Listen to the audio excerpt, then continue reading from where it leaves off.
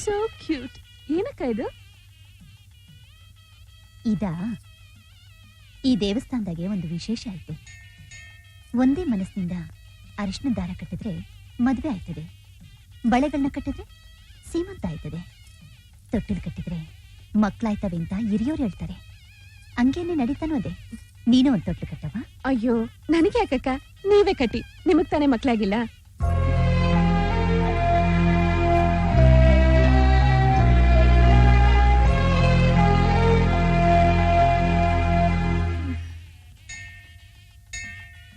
ಹದಿನೆಂಟು ವರ್ಷ ಆಯ್ತು ನಾನು ನಿನ್ನ ನೋಡಿ. ನಾನೇನು ಪಾಪ ಮಾಡಿದೀನಿ ತಂದೆ?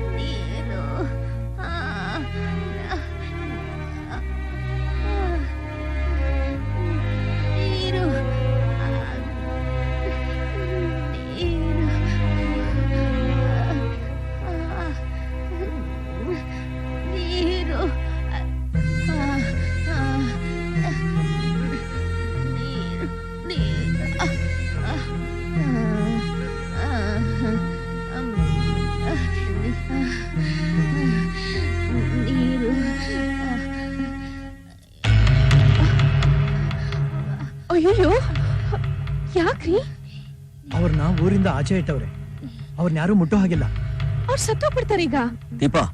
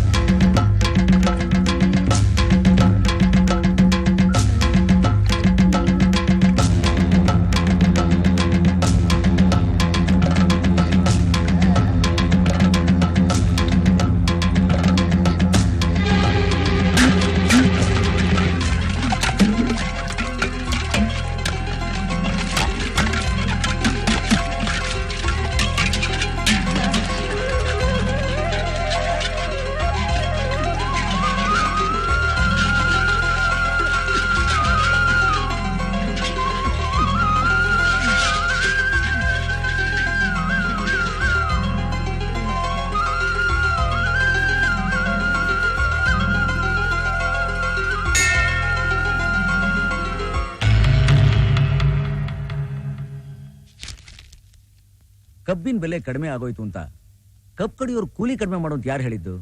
ಅದು ಏನು ಮಾತಾಡ್ಬೇಡಿ. ಕೂಲಿ ಮಾಡೋರು ಹೊಟ್ಟೆ ಮೇಲೆ ಹೊಡಿಬಾರ್ದು.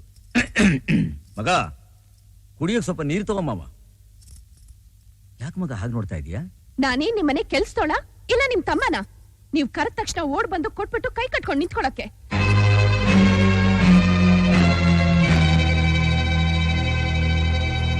ನಾನು ಕೋಟ್ಯಾಧೀಶ್ವರ ಪುಟ್ಟೇಗೌಡ್ರ ಒಬ್ಳೆ ಮಗಳು. ಚಿಟ್ಕೆ ಹೊಡೆದ್ರೆ ನನ್ ಸುತ್ತ 100 ಜನ ಬಂದ್ ನಿಲ್ತಾರೆ. ನನ್ನನ್ನು ನೋಡಿ ನೀರ್ ತಂದ್ಕೊಡು ಅಂತ ಕೇಳಕ್ಕೆ ಎಷ್ಟು ಧೈರ್ಯ ನಿಮ್ಗೆ? ವಯಸ್ಸಾದ್ರೂ ಸಾಲ್ದು, ಯಾರ ಹತ್ರ ಹೇಗ್ ಮಾತಾಡ್ಬೇಕು ಅನ್ನೋ ವಿವೇಕನೂ ಇರ್ಬೇಕು. Mind it.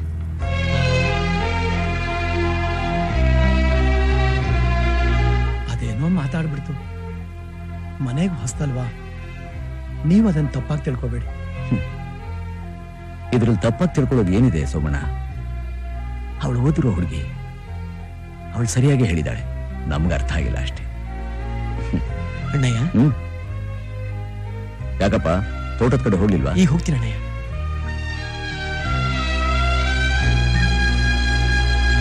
ಭಾರತ ದೂರ ದೂರ ಮೇಲೇರುವ ಅಣ್ಣ. ಏನಮ್ಮ? ಏನಣ್ಣ ಇದೆಲ್ಲ? ಏನಿವತ್ತು ವಿಶೇಷ? ಇದೆಲ್ಲ ನಿಂಗೋಸ್ಕರ ಕಣಮ್ಮ. ಅಯ್ಯೋ, ಹೌದು.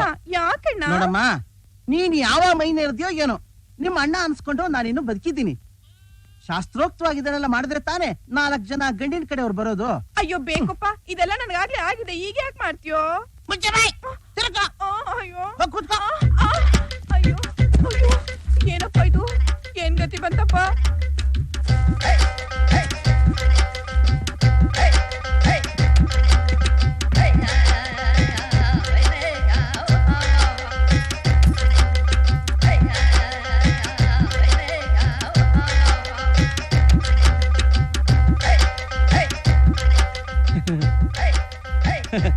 ನನ್ ತಂಗಿಗೆ ಶಾಸ್ತ್ರ ನಡೀತಿದೆ, ಯಾರು ಒಂದು ಹಾಡು ಹೇಳ್ರವಾ? ಹಾಡು ನಾನು ಹಾಡ್ತೀನಿ. ಹೌದಾ? ನಾನು ಹಾಡ್ತೀನಿ. ಹಾಡು ಹಾಡು. ಎಲ್ಲಿದ್ದೆ ಇಲ್ಲಿ ತನಕ, ಎಲ್ಲಿಂದ ಬಂದ್ಯವ್ವ, ನಿನ್ನ ಕಂಡು ನಾನ್ ಯಾಕೆ ಮರುಗಿದೆನೋ. ನಾನ್ ಸಾಲ ಮಾಡಿ ಶಾಸ್ತ್ರ ಮಾಡ್ತೀನಿ, ಯಾವ್ದಾರು ಹೊಸ್ಕೆ ಪದ ಹಾಡೆಯ? ಹೊಸ್ಕೆ ಪದತನೆ ಹಾ. ಅದನ್ನು ಹಾಡ್ತೀನಿ. ಹಾಡು ನೇಸರ ನೋಡು, ನೇಸರ ನೋಡು. ನಾನು ಹಾಡು ಅಂದ್ರೆ ನೀನ್ ನೋಡ್ತೀನಿ ಅಂತೀಯಲ್ಲ. ನೋಡು, ನೀನ್ ಹಾಡೋದ ಬೇಡ, ನೋಡೋದ ಬೇಡ, ಮುಚ್ಕೊಂಡು ನಿಂತ್ಕೋ. ಯಾವನು ಸೋದ್ರ ಮಾವ ನಾನ್ ಬದುಕಿರುವಾಗ ಬದನೆಕಾಯಿ ಶಾಸ್ತ್ರ ಮಾಡೋದು? ಇದು ಬದನೆಕಾಯಿ ಶಾಸ್ತ್ರ ಅಲ್ಲ, ಮೈ ನೆರೆದಾಗ ಮಾಡೋ ಶಾಸ್ತ್ರ. ಗೊತ್ತಾಯ್ತು, ಸುಮ್ನೆ ಕೂತ್ಕೊಳ್ಳಯ್ಯ. ಜೊಳ್ಸಿಸ್ಬೇಡ, ಸುಮ್ನೆ ನಿಂತ್ಕ. ನೋಡು ಸುಬ್ಲಕ್ಷ್ಮಿ, ನೀನ್ ಹುಟ್ಟಿದಾಗ್ಲೇ ನೀನೇ ನನ್ ಹೆಂಡತಿ ಅಂತ ದೊಡ್ಡವ್ರ ಮೊದ್ಲೇ ತೀರ್ಮಾನ ಮಾಡವ್ರೆ. ಅವತ್ ಯಾರೋ ಬುದ್ಧಿ ಇಲ್ದಿರೋ ಮುಟ್ಟಾಡ್ರು ಮಾಡಿರೋ ತೀರ್ಮಾನ ಅದು. ಇವತ್ತೇನಾಗೈತಯ್ಯ? ಇವತ್ತಾ ನನ್ ತಂಗಿ ಇರೋ ಅಂದಕ್ಕೆ ನೀನ್ ಏನೇ ಹಾಕಿದ್ರು ಎಟ್ಗಲ್ಲ. ಕ್ರೇನ್ ಹಾಕ್ಸ್ಬಿಡೋಣ. ನೋಡಯ್ಯ, ನಾನು ಪ್ರೀತಿಯಿಂದ ವಿಶ್ವಾಸದಿಂದ ಸೀರೆ ತಂದಿದ್ದೀನಿ, ಮರ್ಯಾದೆಯಾಗಿ ಉಟ್ಕೊಂಡ್ರೆ ಸರಿ, ಇಲ್ಲ ಅಂದ್ರೆ ಒತ್ಕೊಂಡೋಗಿ ಹುಟ್ಟಿರೋ ಸೀರೆನು ಬಿಚಾಕ್ಸ್ತೀನಿ. ಈ ಅನ್ಯಾಯನ್ ಕೇಳಕ್ಕೆ ಯಾರು ಇಲ್ವೇ? ಪಾಪ, ಅವಳಿಗೆ ಯಾಕೆ ಸುಮ್ನೆ ಬಲವಂತ ಮಾಡ್ತೀರಾ? ಅವಳಿಗೆ ಈ ಸಂಬಂಧ ಇಷ್ಟ ಇಲ್ಲ ಅಂತ ಕಾಣಿಸ್ತದೆ. ಅವಳ ಮನಸ್ಸಿನಾಗೆ ಬೇರೆ ಯಾರು ಅವರ ಕೇಳೋಡಿ. ಯಾರನ್ನಾದ್ರೂ ಇಟ್ಕೊಳ್ಳಿ, ನಿನ್ಗ್ಯಾಕೆ? ನೀನಂತೂ ಅಲ್ಲ. ಸ್ವಲ್ಪ ಯಾಕ್ರಯ್ಯ ಸುಮ್ನೆ ಕಿತ್ತಾಡ್ತೀರಾ? ಸೀರೆ ನಾನೇ ಉಡಿಸ್ತೀನಿ. ಕಾಡು ಕುದುರೆ ಓಡಿ ಬಂದಿತ್ತ. ನೀನ್ ಯಾಕೆ ಸೀರೆ ಉಡಿಸ್ತೀಯಾ? ನಾನೊಬ್ಬ ವ್ಯಕ್ತಿನ ಹುಡುಕ್ತಾ ಇದೀನಿ, ಗೊತ್ತಲ್ಲ? ಹೌದು. ಅವನ ಪ್ರಿಂಟು ಹೆಚ್ಚು ಕಡಿಮೆ ನಿನ್ನ ತಂಗಿ ತರಾನೇ ಇದೆ. ಈ ಗೂಬೆ ನನ್ನ ಮಗ ಏನಾದ್ರೂ ಇವಳನ್ನ ಮದುವೆ ಮಾಡ್ಕೊಂಡ್ಬಿಟ್ರೆ ನಾನು ಅವನ್ನ ಮರ್ತೇ ಬಿಡ್ತೀನಿ. ಅದಕ್ಕೆ ಇವಳನ್ನ ನಾನೇ ಮದುವೆ ಮಾಡ್ಕೊಂಡು ಈ ಮುಖ ಇಟ್ಕೊಂಡು ಆ ಮುಖನೇ ಹಿಡಿದು ಬಿಡ್ತೀನಿ.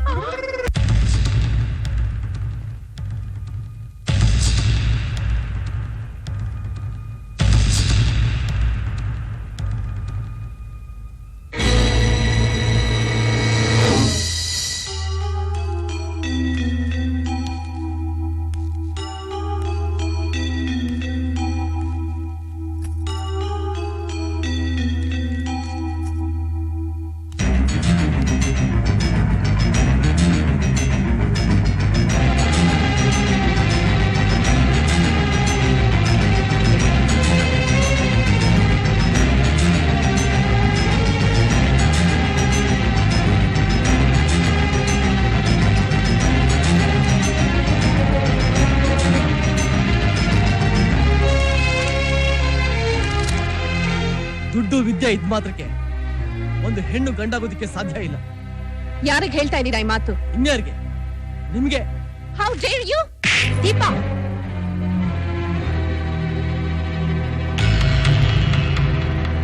ನೀನ್ ಹೋಗ್ ಕೆಲ್ಸ ನೋಡು.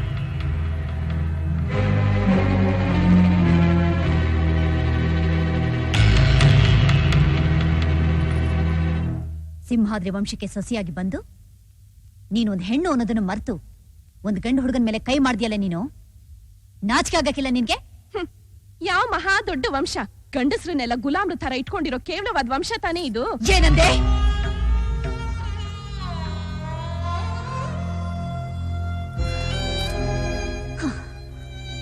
ಸತ್ಯ, ಧರ್ಮ, ನೀತಿ, ಸಂಸ್ಕಾರ ಇವನ್ನೆಲ್ಲ ಉಸಿರು ಅಂದ್ಕೊಂಡ್ ಮೆರ್ದ ನರಸಿಂಹೇಗೌಡ್ರು ಬಾಳಿದ ವಂಶ ಇದು.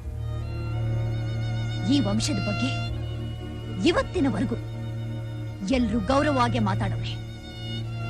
ಆದ್ರೆ ನೀನು ಮೊದಲು ನೀನು ಗೌರವವಾಗಿ ನಡ್ಕೊಳ್ಳೋದನ್ನ ಕಲ್ತ್ಕೊ, ಆಮೇಲೆ ವಂಶದ ಬಗ್ಗೆ ಮಾತಾಡುವಂತೆ. ನನಗ್ ಅಡ್ವೈಸ್ ಮಾಡಕ್ಕೆ ನೀನ್ ಯಾರು? ನಮ್ಮ ಅತ್ತೆನಾ? ನೀನ್ ಹೇಗೆ ಈ ಮನೆಗ್ ದೀಪ ಹಚ್ಚಕ್ ಬಂದಿದ್ಯೋ ನಾನು ಹಾಗೆ ಬಂದಿರೋಳು. ನಿನಗೆ ಎಷ್ಟು ಸ್ವಾತಂತ್ರ್ಯ ಇದೆಯೋ ಅಷ್ಟೇ ಸ್ವಾತಂತ್ರ್ಯ ನನಗೂ ಇದೆ. ದೀಪ ಹಚ್ಚೋದು ಅಂದ್ರೆ ಏನು ಅಂತ ತಿಳ್ಕೊಂಡಿದೀಯೇ? ಎಣ್ಣೆ ಸುರಿದು ಬತ್ತಿ ಹಾಕಿ ಕಡ್ಡಿಗಿರ್ಬಿಟ್ರೆ ದೀಪ ಹಚ್ಚದಂಗಲ್ಲ. ಮೆಟ್ಟಿದ ಮನೆ ಅನ್ನೋ ದೀಪಕ್ಕೆ ಮಾನ ಅನ್ನೋ ಬತ್ತಿ ಹಾಕಿ, ಮರ್ಯಾದೆ ಅನ್ನೋ ಎಣ್ಣೆ ಸುರಿದು, ಗೌರವ ಅನ್ನೋ ಕಡ್ಡಿಯಿಂದ ಹಚ್ತಾರಲ್ಲ, ಅದಕ್ಕೆ ದೀಪ ಹಚ್ಚೋದು ಅಂತಾರೆ. ಹೌದೌದು, ಉದಾಹರಣೆ ತುಂಬಾ ಚೆನ್ನಾಗಿದೆ. 4 ಅಕ್ಷರ ಕಲಿಯೋಕ್ ಯೋಗ್ಯತೆ ಇಲ್ದಿರೋ ನೀನೇ ಎಷ್ಟು ಮಾತಾಡಿದ್ರೆ ಡಬಲ್ ಡಿಗ್ರಿ ಮಾಡ್ಕೊಂಡಿರೋ ನಾನ್ ಇನ್ನೆಷ್ಟು ಮಾತಾಡ್ಬೇಕು? You illiterate fool. Excuse me. I'm not an illiterate person. For your kind information, I'm a graduate from the University of Mysore. But I have not forgotten my culture, customs, tradition and my values.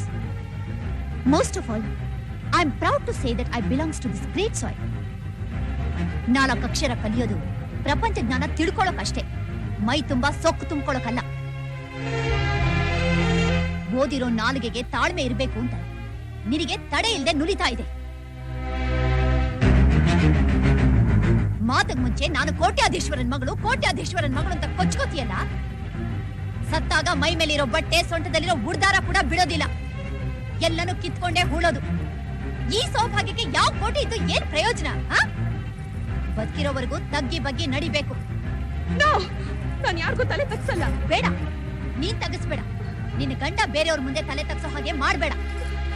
ನೀನ್ ಅವನ ಹೊಡೆದಿಯಲ್ಲ, ಅವನೇನಾದ್ರೂ ತಿರುಗಿಸಿ ನಿನ್ನನ್ನು ಹೊಡೆದಿದ್ರೆ ನಿನ್ನ ಮಾನ ಮರ್ಯಾದೆ ಕೋಟ್ಯಾಧೀಶ್ವರನ್ ಮಗಳು ಅನ್ನೋ ದುರಹಂಕಾರ ಏನಾಗಿರೋದು?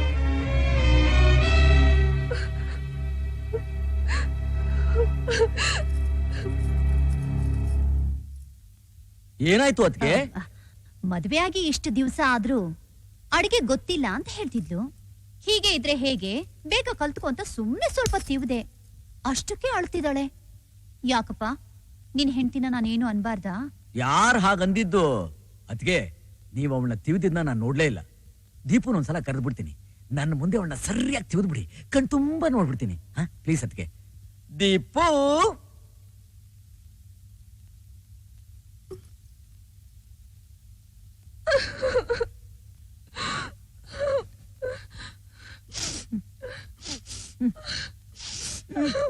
ಅವಳು ಕಾರ್ಯಕ್ರಮ ನಡೀತಾ ಇದೆಯಾ? ನಡೆಸಿ.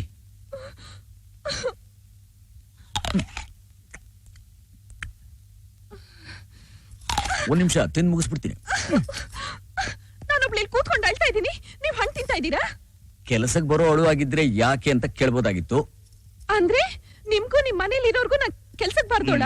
ಹಾಗೆ ಅಂತ ನೇರವಾಗಿ ಹೇಳೋಕ್ಕಾಗಲ್ಲ, ಸ್ವಲ್ಪ ಹಾಗೇನೆ. ಛೇ, ಈ ಮನೇಲಿ ನನಗೆ 3 ಕಾಸಿನ ಮರ್ಯಾದೆನೂ ಇಲ್ಲ. ಅದಕ್ಕೆ ನಾನ್ ಮದ್ವೆ ಆಗಿ 3 ದಿನಕ್ಕೆ ಹೇಳ್ದೆ, ನಾವಿಬ್ರು ಬೇರೆ ಮನೆ ಮಾಡ್ಕೊಂಡು ಹೋಗೋಣ ಅಂತ.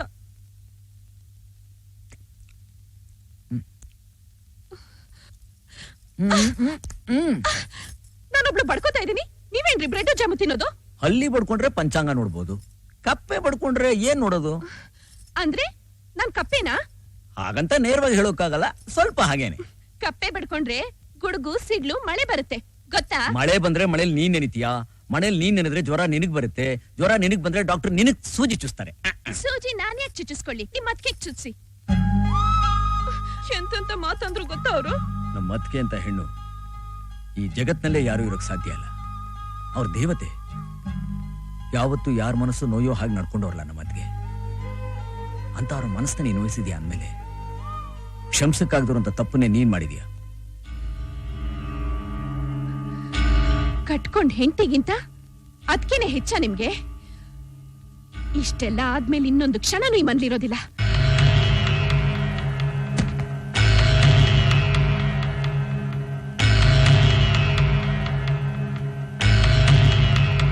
ನಮ್ಮನ್ನೆಲ್ಲ ಬಿಟ್ಟು ಹೋಗ್ತಿದ್ದಾಳೆ ಅಂದ್ರೆ ಆಕೆ ಮನಸ್ಸಿಗೆ ಬಹಳ ನೋವಾಗಿರ್ಬೇಕು. ಅಂತ ತಪ್ಪು ಏನ್ ನಡೆದಿದೆ ಈ ಮನೇಲಿ? ಏನೇ ನಡೆದಿರ್ಲಿ, 4 ಗೋಡೆಗಳ ಮಧ್ಯೆ ಇರಬೇಕಾದ ವಿಷಯನ 4 ಜನರ ಮುಂದೆ ತಂದಿಡೋದು ಅಷ್ಟು ಒಳ್ಳೇದಲ್ಲ. ಭತ್ತ ಚೆಲ್ಲಿದ್ರೆ ಭತ್ತ ಬೆಳೆಯುತ್ತೆ, ಮಾತು ಚೆಲ್ಲಿದ್ರೆ ಮಾತು ಬೆಳೆಯುತ್ತೆ. ಅದು ಗೌಡ್ರ ಮನೆ ವಿಷಯ. ಕಂಡೋರ್ ಬಾಯಿಗೆ ಸಿಕ್ಬಿಟ್ರೆ ಮೇಯ್ದು ಬಿಡ್ತಾರೆ. ಬುದ್ಧಿ ಹೇಳಿ ಒಳಗಡೆ ಕರ್ಕೊಂಡು ಹೋಗು. ತಿಳುವಳಿಕೆ ಇರೋರ್ಗೆ ಬುದ್ಧಿ ಹೇಳ್ಬೋದು, ಇಂಥವ್ರು ಬುದ್ಧಿ ಹೇಳಿ ಪ್ರಯೋಜನ ಇಲ್ಲ ಅಣ್ಣ. ಇಂಥವ್ರ ಹೆಂಡತಿ ಅಂದ್ರೆ ಏನ್ ತಿಳ್ಕೊಂಡಿದ್ಯಾ ನೀನು? ನಿಮ್ಗೇನಾದ್ರೂ ಆದ್ರೆ ನಿಮ್ ತಾಯಿ ಸಂಕಟ ಪಡೋದು, ನಿಮ್ ತಾಯಿಗೇನಾದ್ರೂ ಆದ್ರೆ ನೀರ್ ಸಂಕಟ ಪಡೋದ್ರಲ್ಲಿ ಅರ್ಥ ಇದೆ. ಯಾಕೆಂದ್ರೆ ರಕ್ತ ಸಂಬಂಧ. ಆದ್ರೆ ಎಲ್ಲೋ ಹುಟ್ಟಿ ಎಲ್ಲೋ ಬೆಳೆದು ನೀನ್ ಹಾಕೋ 3 ಗಂಟೆಗೆ ತನ್ನ ಹಳೆ ಸಂಬಂಧಗಳನ್ನ ಕಿತ್ಕೊಂಡ್ಬಂದು ಸರ್ವವೂ ಅವಳೇ ಆಗಿ ಸರ್ವಸ್ವಾನು ನಿನ್ಗೊಪ್ಸಿ ನಿನ್ಗೊಂದು ಸಣ್ಣ ಇರುವೆ ಕಚ್ಚಿದ್ರು ವಿಲವಿಲ ಅಂತ ಒದ್ದಾಡ್ತಾಳಲ್ಲ, ಅವಳೇ ಅಪ್ಪ ಇವಳು. ಕಂಪ್ಯೂಟರ್ ಕಾಲದಲ್ಲೂ ಅರಿಶಿನ ದಾರಕ್ಕೆ ಬೆಲೆ ಇದೆ ಅಂತಂದ್ರೆ ಅದಕ್ಕೆ ಕಾರಣ ಕಟ್ಟೋನಲ್ಲಪ್ಪ, ಕಟ್ಟಿಸ್ಕೊಳ್ಳೋಳು. ಯಾಕೆಂದ್ರೆ ಅದಕ್ಕೆ ಅವಳು ಕಟ್ ಬಿದ್ದಿರ್ತಾಳೆ. ಹೆಣ್ಣು ಅನ್ನೋಳು ಬೆಂಕಿ ಇದ್ದ ಹಾಗೆ. ಅದರಿಂದ ಒಲೆನೂ ಹಚ್ಬೋದು, ದೀಪನೂ ಹಚ್ಬೋದು. ಸ್ವಲ್ಪ ಹೆಚ್ಚು ಕಡಿಮೆ ಆದ್ರೂ ಜೀವನಾನೇ ಹತ್ತು ಉರಿದೋಗುತ್ತೆ. ಸೋಮಣ್ಣ, ಕಬ್ಬಣದ ಪೆಟ್ಟಿಗೆ ಬೀಗ ತೆಗೆದು ಅದರಲ್ಲಿರೋ ಕಾಗದ ಪತ್ರ ತಗೊಂಬನ್ನಿ. ನೋಡಮ್ಮ, ಗಂಡ ಹೆಂಡತಿರ ಸಂಬಂಧದ ಬಗ್ಗೆ ಒಬ್ಬ ಇಂಗ್ಲಿಷ್ ಕವಿ ಹೇಳಿದ್ದಾನೆ. The relationship between husband and wife should be like fish and water. It should not be like fish and the Fisher man. ಯಾವಾಗಲೂ ಚಿಕ್ಕ ವಯಸ್ಸಿನಲ್ಲಿ ಕೇಳಿದ ನೆನಪು. ನೀವು ಓದಿರೋಳು ಅಂತ ನಿಮ್ಗೆ ಹೇಳ್ತಾ ಇದ್ದೀನಿ.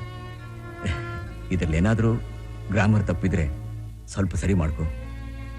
ಅರ್ಥನೇ ತಪ್ಪಿದ್ರೆ ದಯವಿಟ್ಟು ಕ್ಷಮಿಸ್ಬಿಡು.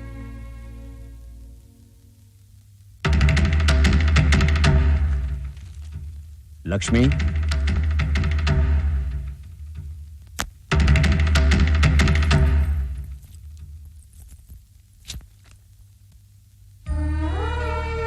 ತಗೋಮ್ಮ. ಈ ಮನೆ ಜವಾಬ್ದಾರಿನ ಪೂರ್ತಿ ನಿನ್ಗೆ ವಹಿಸ್ತಾ ಇದ್ದೀನಿ. ನಮ್ಮ ಪೂರ್ವಿಕರ ಕಾಲದಿಂದ ನಮ್ಮ ಕಾಲದವರೆಗೂ ನಮ್ಗೆ ಆಸ್ತಿ ಎಲ್ಲೆಲ್ಲಿದೆ ಅಂತ ನಮಗೆ ಗೊತ್ತಿಲ್ಲ. ಕಣ್ಣಿಗೆ ಕಾಣಿಸುವಷ್ಟು ಮಾತ್ರ ಪತ್ರ ಮಾಡಿಟ್ಟಿದ್ದಾರೆ. ನೀನ್ ಎಲ್ಲಿ ಹೇಳ್ತೀಯೋ ನಾವು 3 ಜನನೂ ಅಲ್ಲಿ ಸೈನ್ ಮಾಡ್ಬಿಡ್ತೀವಿ. ಆದ್ರೆ ನಾನು ಬದುಕಿರೋವರೆಗೂ ನಮ್ಮ 3 ಜನನ ದೂರ ಮಾಡಬೇಡಮ್ಮ.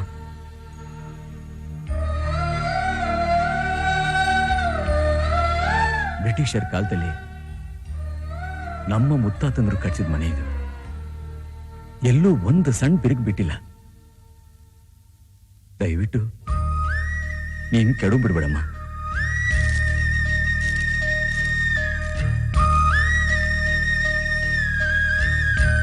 ಚಿಕ್ಕಮ್ಮವ್ರೆ, ಇವತ್ತು ನಾನು 2 ಅದ್ಭುತಗಳು ಕಂಡೆ.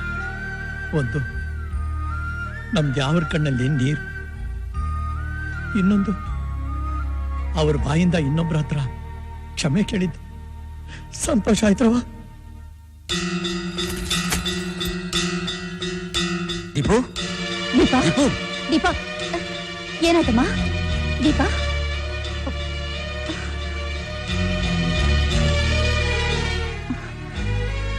ಸುಮಣ್ಣವ್ರೆ, ಏನಾಗಿದೆ? ಸಂತೋಷ ಸುದ್ದಿ. ಅಮ್ಮವರು ತಾಯಿ ಆಗ್ತಾ ಇದ್ದಾರೆ.